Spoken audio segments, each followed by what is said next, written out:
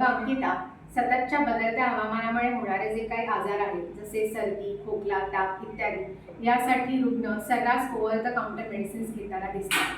कारण या सर्व त्रासांसाठी आयुर्वेदाचा उपयोग होईल का, किंवा जरी झाला तरी त्याच्याने उशिरा गुण येईल का?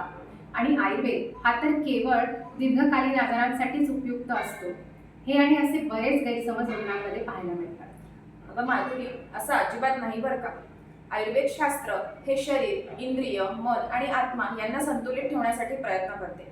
आयुर्वेद चिकित्सा ही आरोग्य सुधारित राहावे, अबाधित राहावे यासाठी आहार, विहार आणि औषधं यांचा मेळ घालते. त्यामुळे फक्त दीर्घकालीन आजार म्हणजेच क्रॉनिक डिसीजेससाठीच नाही, तर सर्दी, खोकला, ताप, अंगदुखी, डोकेदुखी यासारख्या ॲक्यूट सिम्पटम्ससाठी सुद्धा आयुर्वेदामध्ये प्रभावी औषधी आहेत. हो ना, ऋतुबदलामुळे होणाऱ्या या त्रासांसाठी रुग्ण जेव्हा प्रथम आयुर्वेदाकडे येतो तेव्हा त्याला तात्काळ उपशय मिळणं शक्य आहे. मग ते सर्दी, खोकला, ताप असो किंवा वाढलेली ब्लड शुगर असो. इतकेच नाही तर वाढलेले पित्त नियंत्रणात आणणे, मायग्रेनचा त्रास, डोक्यामध्ये कोंडा झाला असेल, खाज येत असेल, जखम झाली असेल, सूज असेल तर यासाठी सुद्धा आयुर्वेदामध्ये औषधी, लेप, तेल, तूप इत्यादी उपचार पद्धती आहेत. आयुर्वेद ही जरी प्राचीन उपचार पद्धती असली तरी त्याला शास्त्रीय आधार आहे आणि दिवसेंदिवस वैज्ञानिक त्याला सिद्ध करत आहेत.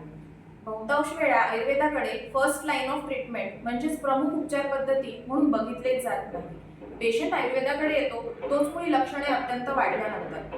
आजार नवीन अवस्थेतला असेल म्हणजेच व्याधी हा नवीन असेल तर त्यावर लवकर आराम मिळतो. पण त्याचपेक्षा जर व्याधी जुना किंवा कष्टसाध्य झाला तर त्याआधीच तुम्ही वैद्यांकडे आलात तर ते तुम्हाला चांगला सल्ला देऊ शकतात आणि तपासून योग्य ती औषधं देऊ शकतात. म्हणूनच कोणतेही औषध सुरू करण्यापूर्वी हा विचार नक्की करावा की हे माझ्यासाठी अत्यंत आवश्यक आहे का, तरच ते सुरू करावे. नाहीतर शक्य तितक्या नैसर्गिक पद्धतीने म्हणजेच आयुर्वेदिक उपचार पद्धतीने त्याचा उपाय करावा. कित्येक वेळा तर आहारातील बदल आणि आपल्या घरगुती उपायांनी म्हणजेच आजीबाईच्या छोट्या छोट्या बटव्यातल्या उपायांनी सुद्धा आपल्याला आराम मिळतो.